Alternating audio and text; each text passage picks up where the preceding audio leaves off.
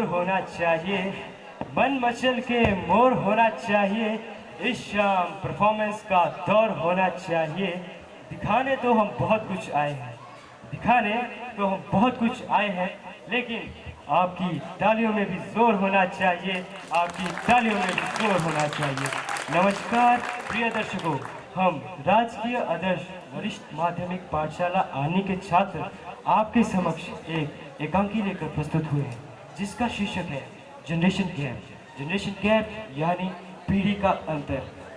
मैं उम्मीद करता हूं कि आप जोरदार ताली के साथ हमारा मनोबल बढ़ाएंगे और हमारा साथ देंगे। तो चलिए ज़्यादा समय ज़ाया न करते हुए चलते हैं एकांकी की ओर। दादी दादी, मुझे कोई कहानी सुनाओ ना। तो सुनो बेटा, एक बार एक परी थी, वो आसमान में बहुत ऊपर चले गई थी। वो उठते उठते चांद के पास। अरे तुम भी इसे क्या बार बार किसी पिटी कहानी सुनाती रहती हो? तो तुम भी सुना लो ना। अंकु बच्चे, मेरे पास आओ, यहाँ बैठो। शाबाश, आज मैं तुम्हें तुम्हारे पापा के बचपन की कहानी सुनाऊंगा। जब तुम्हारे पापा छोटे थे तो बिल्कुल तुम्हारी तरह रहते थे और मैं उन्हें बड़े ही प्यार से मेले में घुमाया करता। वो मेरी पीठ में बैठते थे और पूरा मेला देखते थे। लेकिन अब वो दौर नहीं रहा। अब तुम्हारे पापा हमसे ना ही बात करते हैं। इधर आ। जी मम्मी, मैंने तुम्हें कितनी बार समझाया है कि दादा दादी के पास नहीं जाना है। पर मम्मी, दादा दादी तो मुझे अच्छी अच्छी बातें सिखाते हैं। ये बात समझ में नहीं आती है क्या? जा और अपने कमरे में जाकर पढ़ाई कर। अरे क्या हुआ अंजू, क्यों चिल्ला रही हो? देखिए ना, वो मेरी सुनता ही नहीं। मैंने उसे कितनी बार समझाया है कि अपनी दादी दादा के पास ना जाया करे। अरे पंकु बेटा, तुम इधर आओ। जी पापा। तुम्हारी माँ ने तुम्हें कितनी बार समझाया कि दादा दादी के पास मत जाया करो।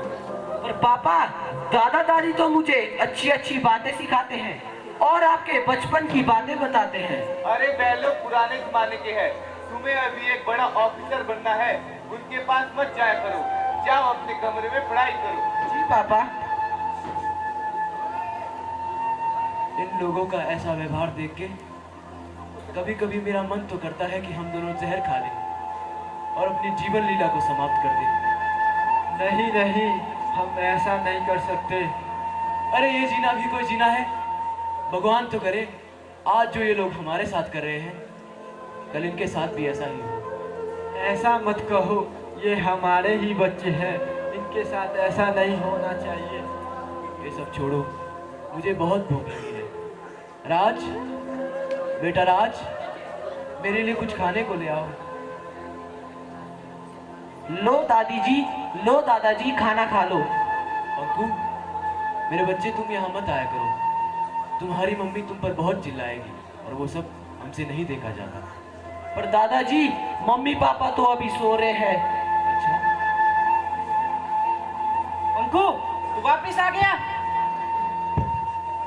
सॉरी मम्मी, पर मम्मी मैं तो दादा दादी को खाना देने आया था। मुझे कितनी बार समझाया है कि इन बूढ़ा बूढ़ी के पास मत जाया कर। जा और जाकर अपने कमरे में पढ़ाई कर। जी मम्मी। आप तो चुप ही रहो, ना जाने कब मेरा पीछा इनसे छूटेगा। अरे बहू, क्या तुम हमें बोझ समझती हो? तुम बोझ नहीं हो तो क्या हो? सारा दिन तो यहाँ पर जानवर की तरह चलते रहते हो। ना जाने ये बूढ़ा बूढ़ी कब मरेंगे, कब मेरा पीछा इनसे छूटेगा। तो प्रिय दर्शकों, जैसा कि आपने अब तक देखा, प्यार करता है, लेकिन उसके माता पिता उसे अपने दादा दादी से मिलने से इनकार करते हैं, क्योंकि उनका ये मानना है कि अगर वह अपने दादा दादी के साथ ज़्यादा वक्त व्यतीत करेगा तो वह भी उन्हीं की तरह पुरानी सोच का हो जाएगा। तो चलिए आपको ले चलते हैं अगले दृश्य की ओर।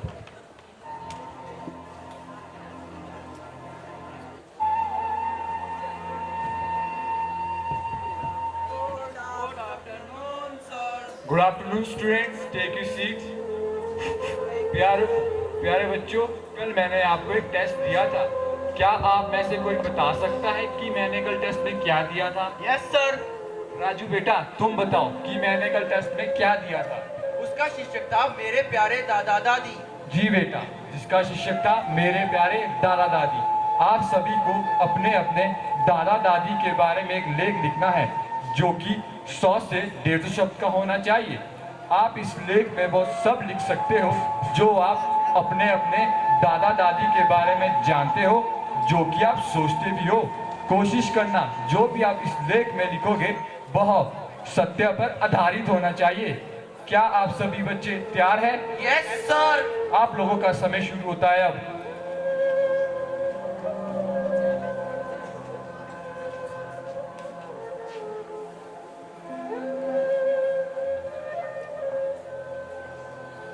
Stop writing. Your time is over.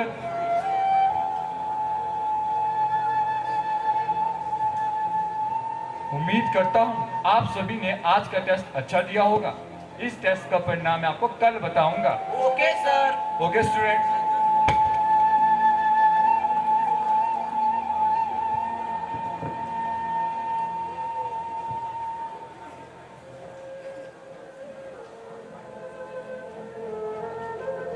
अरे पंकु ने टेस्ट में क्या लिखा है?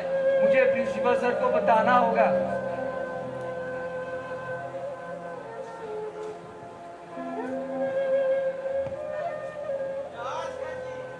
May I come in, sir? Yes come in. आइए सर बैठिए। कैसे आना हुआ? सर, मुझे आपसे एक जरूरी बात करनी थी। कहिए सर। सर, कल मैंने 8वीं कक्षा का टेस्ट लिया था जिसका शीर्षक मेरे प्यारे दादा दादी था। बच्चों ने अपने अपने दादा दादी के बारे में एक लेख लिखना था जो कि सभी बच्चों ने बहुत अच्छा लिखा। जब मैंने पंकु का टेस्ट देखा तो मैं दंग रह गया। क्यों? ऐसा क्या लिखा है पंकु ने? सर, आप खुद ही पढ़ लीजिए, आपको खुद ही मालूम हो जाएगा।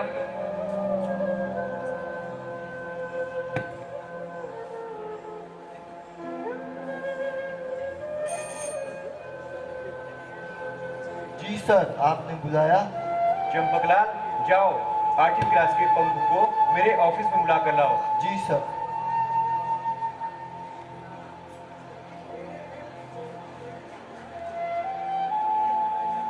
पंकु बेटा, आपको प्रिंसिपल सर ने अपने ऑफिस में बुलाया है। मे आई कम इन सर? यस कम इन।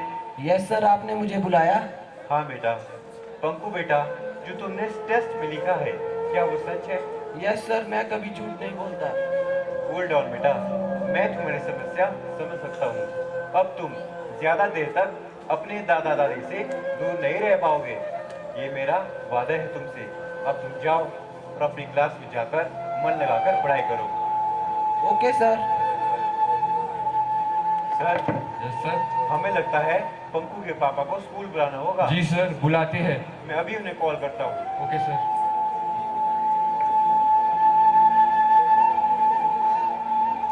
सुनिए, किसी का फोन आया है। अरे दिखाओ। देखिए। हेलो, हेलो, क्या पंकु के पापा बोल रहे हो? ये आप कौन? मैं पंकु के स्कूल का प्रिंसिपल बोल रहा हूँ। जी सर, कहिए। हमें आपसे कुछ जरूरी बात करनी है। आप जल्द से जल्द स्कूल पहुँच जाइए। क्या कोई चिंता की बात है? नहीं, हम बस आपसे कुछ बात करना चाहते हैं। ठीक है, मैं स्कूल की छुट्टी होने से पहले पहले स्कूल पहुंचता हूँ। Okay sir, thank you. Okay sir. किसका फोन था? अरे स्कूल से प्रिंसिपल साहब का फोन था। क्यों, पंकु ने कुछ किया है क्या? अरे अब जब स्कूल जाके ही पता लगेगा। ठीक है, जाइए। ठीक है। मे आई कम इन सर? ओह, आइए आइए मिस्टर राज, आइए। नमस्कार सर। नमस्ते, बैठिए सर। जी सर, आपने बुलाया? चंपकलाल, चाय पानी की व्यवस्था तो करो। जी सर।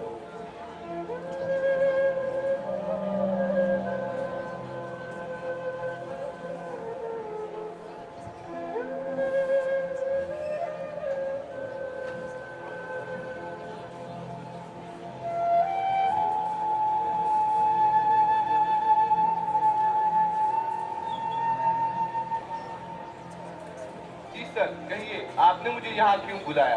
हमें आपसे कुछ जरूरी बात करनी है, इसीलिए आपको स्कूल बुलाया गया है। क्या पंकु ने कुछ किया है? नहीं नहीं, ऐसी कोई बात नहीं है। दरअसल हमारे स्कूल ने एक नया नियम बनाया है जिसके विषय में मैंने आपसे बात करनी जरूरी समझी। कैसा नियम सर? आज से आप अपने बेटे के साथ हिंदी या पहाड़ी भाषा में बात नहीं कर सकते क्योंकि आपका बेटा एक इंग्लिश मीडियम स्कूल में पढ़ता है। अगर आप उसके साथ किसी और भाषा में बात करेंगे तो वह इंग्लिश बोलना नहीं सीख पाएगा। उम्मीद करता हूँ कि आप हमारा साथ दोगे। पर सर, मुझे तो इंग्लिश आती ही नहीं। मैं तो एक हिंदी मीडियम स्कूल में पढ़ा हूँ। मुझे तो इंग्लिश बहुत ही मुश्किल लगती है सर। मुश्किल तो है मिस्टर राज, लेकिन नामुमकिन भी नहीं। अगर आप कोशिश करेंगे तो इंग्लिश बोलना सीख जाएंगे, लेकिन तब तक आप अपने बेटे से बात नहीं कर सकते because rules are equal for all. Sir, मैं मानता हूँ कि मुझे इंग्लिश नहीं आती, इसीलिए मैंने पंकु का दाखिला आपके इंग्लिश मीडियम स्कूल में करवाया ताकि वो हमसे बेहतर एजुकेशन हासिल कर सके और जिंदगी में कामयाब हो सके। इसका मतलब यह नहीं कि मुझसे बात करना ही छोड़ दूं। आखिर वो हमारा ही खून है और हमारा ही बेटा है। सही कहा आपने मिस्टर राज। हर माँ बाप यही चाहता है उसका बेटा उसे आगे निकल जाए और कामयाब हो जाए। पीढ़ी के साथ साथ सोच भी बदलती है जिसे हम जनरेशन गैप कहते हैं। सर, आप कहना क्या चाहते हैं? सर, क्या आप मानते हैं कि आपके और आपके बेटे की सोच एक जैसी है? बिल्कुल है सर। जो सुविधाएं इस समय पंकु को मिलती है वो हमारे टाइम कहाँ हुआ करती थी। जो सुविधाएं आपके टाइम में थी क्या वो आपके पापा के टाइम में भी थी क्या? बिल्कुल नहीं सर। अगर उस समय स्कूल होते भी थे तो गांव से बहुत ही दूर होते थे, जिस कारण गांव के सभी बच्चे अच्छे से पढ़ नहीं पाते थे। सही कहा आपने मिस्टर राज। आपके पापा के टाइम में स्कूल घर से बहुत ही ज्यादा दूर हुआ करते थे और टेक्नोलॉजी के नाम पर भी कुछ नहीं था। लेकिन पंकु जिस जमाने में पैदा हुआ है वह इंटरनेट का जमाना है। सर, आप कहना क्या चाहते हैं? दरअसल हमने 8वीं क्लास का एक टेस्ट लिया था जिसमें उन्हें अपने दादा दादी के बारे में एक लेख लिखना था, लेकिन जो आपके बेटे ने लिखा है उसने मुझे हैरान कर दिया है। ऐसा क्या लिखा है पंकु ने टेस्ट में? लीजिए सर, आप खुद ही पढ़ लीजिए। मैं अपने दादा दादी से बहुत प्यार करता हूँ और वह भी मुझसे बहुत प्यार करते हैं। दादी मुझे परियों की कहानी सुनाती है और दादा मुझे पापा की बचपन की शरारतों और नटखटों के बारे में बताते हैं। और दादाजी कहते हैं कि पापा बचपन में मेरी तरह शरारती और नटखट थे। आज जब मेरे दादाजी मेरी दादी जी को मेरे पापा जी की जरूरत है तो तब वे अपने जरूरत और कर्तव्यों से पीछे हट रहे हैं। मेरी माता उन्हें कोसती रहती है और कहती है कि ना जाने ये बूढ़ा बूढ़ी कब मर जाएंगे। मेरी माँ ना तो उन्हें समय पर खाना और ना ही समय पर दवा देती है। मैं अपने दादा दादी के साथ रहना चाहता हूँ। मैं पिछले 1 वर्ष से अपने दादा दादी के कमरे में नहीं गया हूँ क्योंकि उनके पास जाना मेरे माता पिता को पसंद नहीं है। उनका मानना है कि अगर मैं उनके साथ रहूंगा तो मैं पुरानी सोच का बन जाऊंगा और मैं आगे नहीं बढ़ पाऊंगा। मैं अपने दादा दादी को बहुत मिस करता हूँ। आई लव दादा दादी पंकु, कक्षा 8वीं। मुझे माफ कर दीजिए सर। अरे उठिए मिस्टर राज।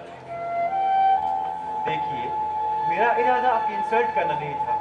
आपका बच्चा एक होनहार विद्यार्थी है। बच्चों का दिमाग ढीली मिट्टी के समान होता है। मिस्टर राज, माँ बाप और टीचर उन्हें जैसा चाहे आकार दे सकते हैं। बच्चों का दिमाग कंप्यूटर की हार्ड ड्राइव की तरह होता है। हम उसमें जैसी बातें भरेंगे वे उन्हीं बातों के साथ आगे बढ़ते जाएंगे। कल दिन आपका बेटा आगे पढ़ लिख जाएगा, उसकी शादी होगी और उसके बच्चे होंगे। अगर वो अपने बच्चों को आपसे मिलने से मना कर दे तो आपको कैसा लगेगा? बस करिए सर, बस। मुझे अपनी गलती का एहसास हो गया है। जाने अनजाने में मुझसे और मेरी बीवी से जो अपराध हुआ है उसके लिए माफ कर दीजिए सर। चुप करिए मिस्टर राज। सुबह का भूला अगर शाम को घर आ जाए तो उसे भूला नहीं कहते। अगर आपको माफी ही मांगनी है तो मुझसे नहीं, जाकर अपने माता पिता और अपने बेटे पंकु से मांगिए जिसका आपने दिल दुखाया है। आपने बिल्कुल ठीक कहा सर।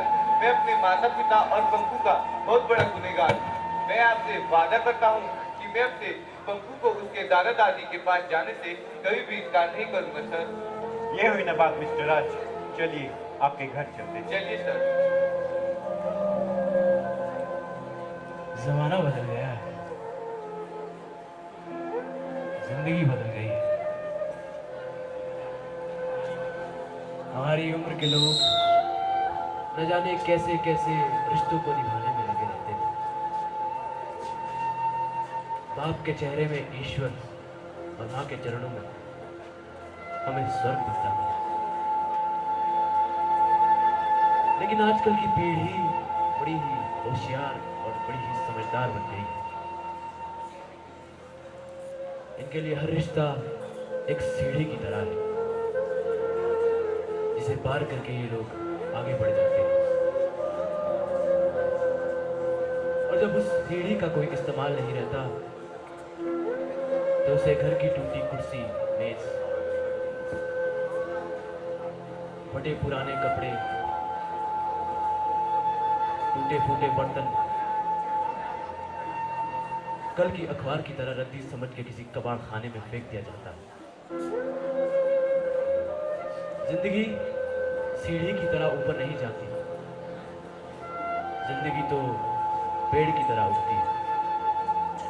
माँ बाप किसी सीढ़ी का पहला पायदान नहीं है, माँ बाप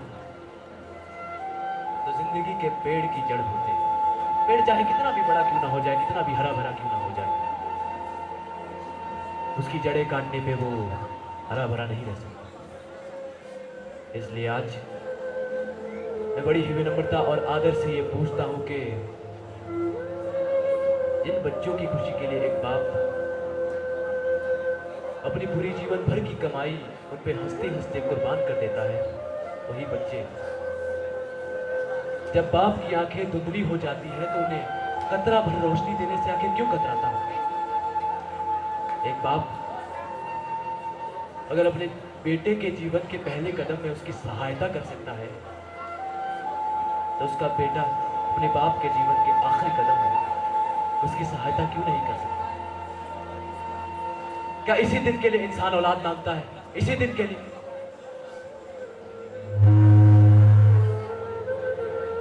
इसलिए आज मैं पूछता हूं और साथ ही बताता हूं कि जो हमारा आज है वो इनका कल है। औलाद शायद ये भूल गई है कि आज हम बूढ़े हैं तो कल ये भी बूढ़े होंगे। जो सवाल आज हम कर रहे हैं वो सवाल कल ये भी करेंगे। सही कहा आपने। हमने अपने बेटे को पाला, पोसा और बड़ा किया, और वो आज हमसे कहता है कि हमने उसके लिए क्या किया। क्या हमने उसके लिए कुछ नहीं किया? नमस्ते दादी जी। नमस्ते दादाजी। अरे पंकु बेटा, तुम यहाँ? बग्गू, बच्चे मैं तुम्हें कितनी बार समझा चुका हूँ कि यहाँ मत आए। तुम्हारी मम्मी तुम पर बहुत चिल्लाएगी और वो सब हमसे नहीं देखा जाता। पर दादाजी, मम्मी पापा भी यहीं आ रहे हैं। अच्छा, पर वो लोग कहाँ हैं? बेटा तुम यहाँ? अरे बेटा, तुम्हें हमारी याद इतने समय बाद कैसे आई? मुझे माफ कर दीजिए पिताजी, मैंने आपके साथ जो भी किया बहुत बुरा किया। उठो बेटा, तुम्हें तुम्हारी गलती का एहसास हो गया, मेरे लिए वही काफी है। हर फूल को अपना समझे बागवान, हर घड़ी करे रखवाली।